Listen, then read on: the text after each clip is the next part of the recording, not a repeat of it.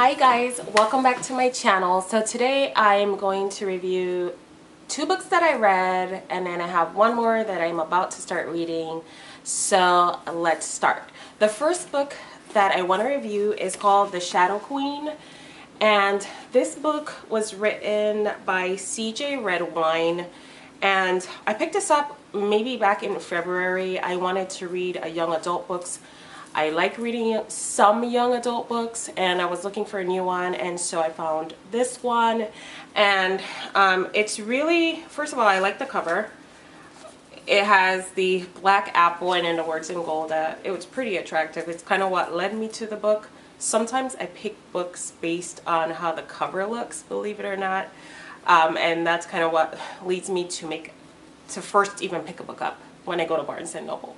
So this book, it's about Lorelei Diedrich. She's a princess, and in the book, she's a princess, and I guess her mom died, and then her dad actually marries her aunt, who is a witch, and Lorelei is also, well, I don't want to call them witches, but I guess they have magical powers.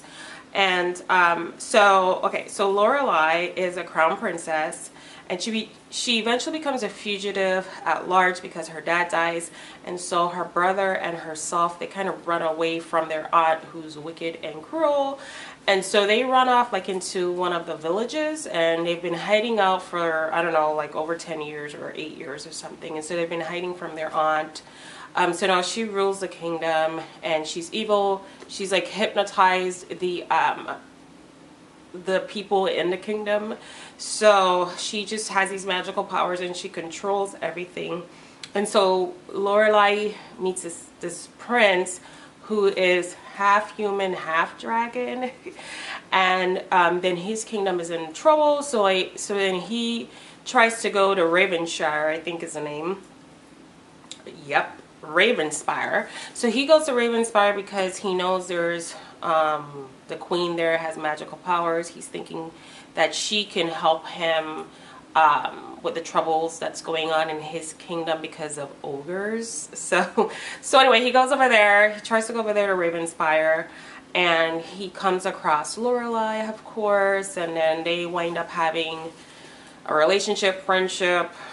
I don't know, he's trying to kill her, she's trying to get away, blah, blah, blah. So, I honestly kind of got towards the end, and then I got tired of the book. I was like it to me, it's like a typical, what's the name? The Huntsman, Snow White and the Huntsman type of deal. And so, like, I just kind of got tired of it towards the end. I don't even think I read the last chapter completely, but I pretty much got the gist of it. And obviously evil is gonna triumph, so obviously I'm thinking that Lorelei and the prince eventually overtake her aunt, the wicked queen, and Lorelei gets her kingdom back. So it's, you know, I started out, it's kind of sad, damsel in distress kind of. Prince comes along, they work together, and they both win in the end. So I don't know, the book is okay, but it wasn't really a favorite. I think I tried to push through when I got tired of it halfway, and then I got past half reading the book, and then I just gave up. So The Shadow Queen, you can try it, maybe. I don't know, it wasn't like, I don't know, it's okay.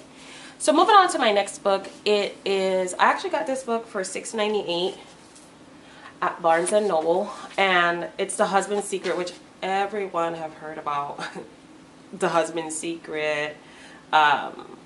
What's the other one? I don't know. By Liane Moriarty. She wrote What Alice Forgot. She wrote Big Little Lies, which is showing now on HBO as a series. I haven't read Big Little Lies, but I do have that book. My husband bought it for me like a year ago. I still haven't read that one. But I did buy this at Barnes & Noble for $6.98, like I said, back in February. And I read this book in about 2 days. I loved it. Like, it's very good writing. I liked the characters. I think it had about 4 main characters. Cecilia Fitzpatrick, Rachel, and I can't, that's horrible, I can't remember the other characters' names, but basically it's a story about maybe 4 different women, and they're kind of going back and forth in between their lives. Cecilia Fitzpatrick, she is married to someone, but she doesn't, that's why it's called The Husband's Secret. Obviously her husband had a secret. She finds out the secret, and it probably was best if she didn't, but curiosity, she found a letter that he had written, I don't know, maybe like 10 years before. She found it while he was on vacation. She read it even though he told her not to read it, and then she finds out that secret that I don't know, kind of like ruined their, kind of put a rift in between their marriage, which I kind of understand because it's a horrible secret. And so then it's just about, then there's another lady, Rachel, who the secret actually has something to do with her and her daughter. And so I mean, it just ties everyone in. The setting is in Australia. It's in a neighborhood, obviously, and everybody knows each other. The main characters kind of like, it's like a little circle where they each know each other from some kind of relationship. But it's a really good book, and this is what the cover looks like. I'm pretty sure everyone has seen it, but I just want to read a little part from it. It says, "At the heart of The Husband's Secret is a letter that's not meant to be read. My darling Cecilia, if you're reading this, then I've died. Imagine that your husband wrote you a letter to be opened after his death. Imagine, too, that the letter contains his deepest, darkest secret, something with the potential to destroy not just the life you've built together, but the lives of others as well." And it just goes on to say how opening the letter just changes everything. And the author, Liane Moriarty, has written other novels about how well it is possible to really know our spouses and ultimately ourselves. And this is a really good book. I liked the writing. It was not boring. It had, it just kept me wanting to keep reading. And I'm telling you, I read this book in like about 2 days. And I probably would have read it quicker if I didn't have to work and have to do a life. But it's a really good book, and now it makes me want, after reading it, now I want to read Big Little Lies, which, like I said, I do have the paperback version. I actually like paperback books better than hardcover, and this was a hardcover. So I give this book an A+. I suggest reading it if you want a really good story that's quick. It was a quick read, but it was good. There's times that I actually chuckled to myself. You know, I just think the writing was so good. If I was to write a novel, I would want to write it the way that this book was written.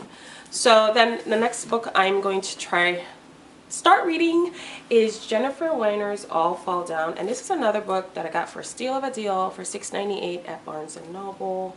If you ever go to Barnes & Noble's, after you check out the store, go to the front. Well, at least at my store here in West Palm Beach, if you go to the front, they have like tables of books that have been severely reduced in price, and you save a few bucks.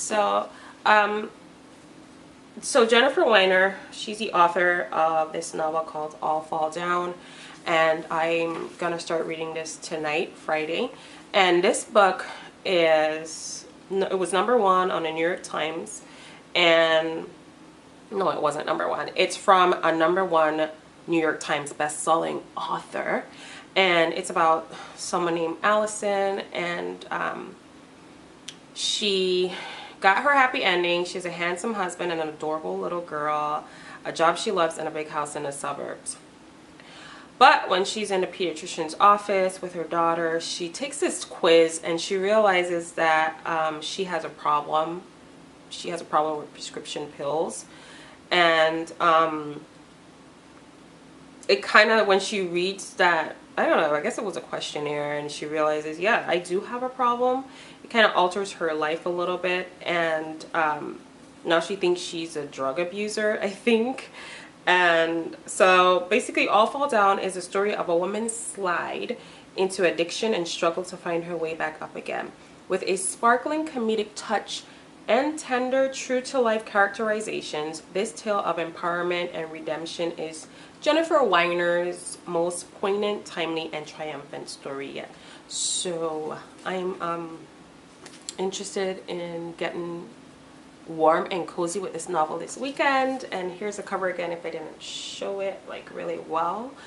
And so yeah, I'm looking forward to reading this. So maybe in another video I can review and let you know how it was. Thank you for watching my review, my video. Don't forget to subscribe, and thank you for watching.